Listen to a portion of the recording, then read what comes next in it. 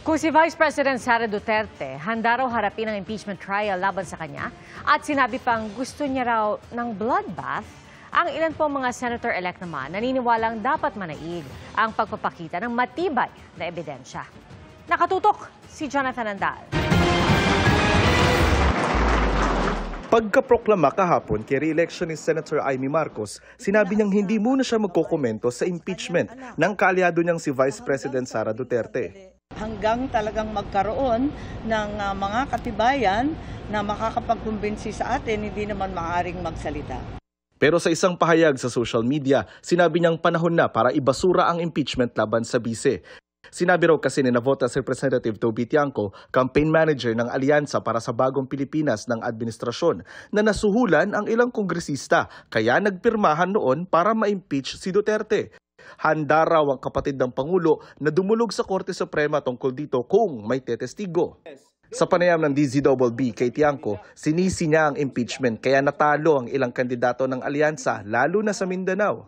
This all started noong nag-file ng impeachment. Nagsosolidify yung Mindanao. Kung dati, nakakakuha yung mga kandidato namin ng boto doon kasi ang basihan nila sa pagpili ng kandidato ay kung sino yung kursonada nila, na iba yung pagpili nila ng kandidato doon kung sino po yung hindi boboto sa impeachment. Wala namang klamo doon eh. Kung sa Cebu, ano bang ginawa na doon sa impeachment?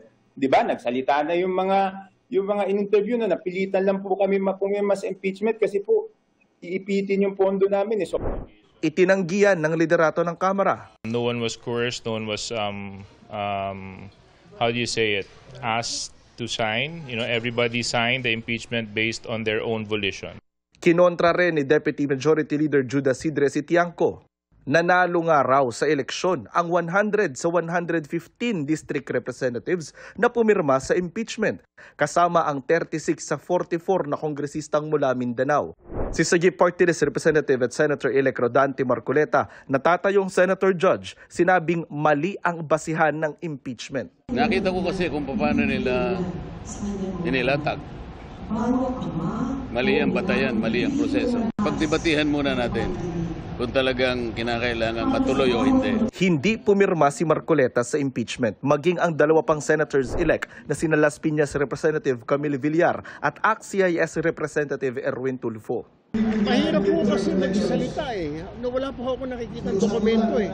I mean, if ipirma, kaya ho talagang hindi ako pumirma. So, this is the time sa Senate na makikita ko pareho, maririnig ko pareho magpe-present ng kanilang mga pieces of evidence. I would advise the prosecution team of the House to really present credible evidence. Ang ibang bagong proklamang senador ayaw muna magkomento sa impeachment. no comment muna po ako dahil magiging impartial po kami kung magkakaroon po ako ng komento ukol dyan. Antayin po natin yung ebidensya. And then hindi ko rin alam kung sigurado yung takbo ng impeachment kung kailan mag-uumpisa, kung ito ay mag-carry over ba or hindi. Pero si Vice President Duterte, sinabi kahapon na gusto niyang matuloy ang paglilitis. Sinabihan ko na rin talaga sila, really, I truly want a trial because I want a bloodbath talaga.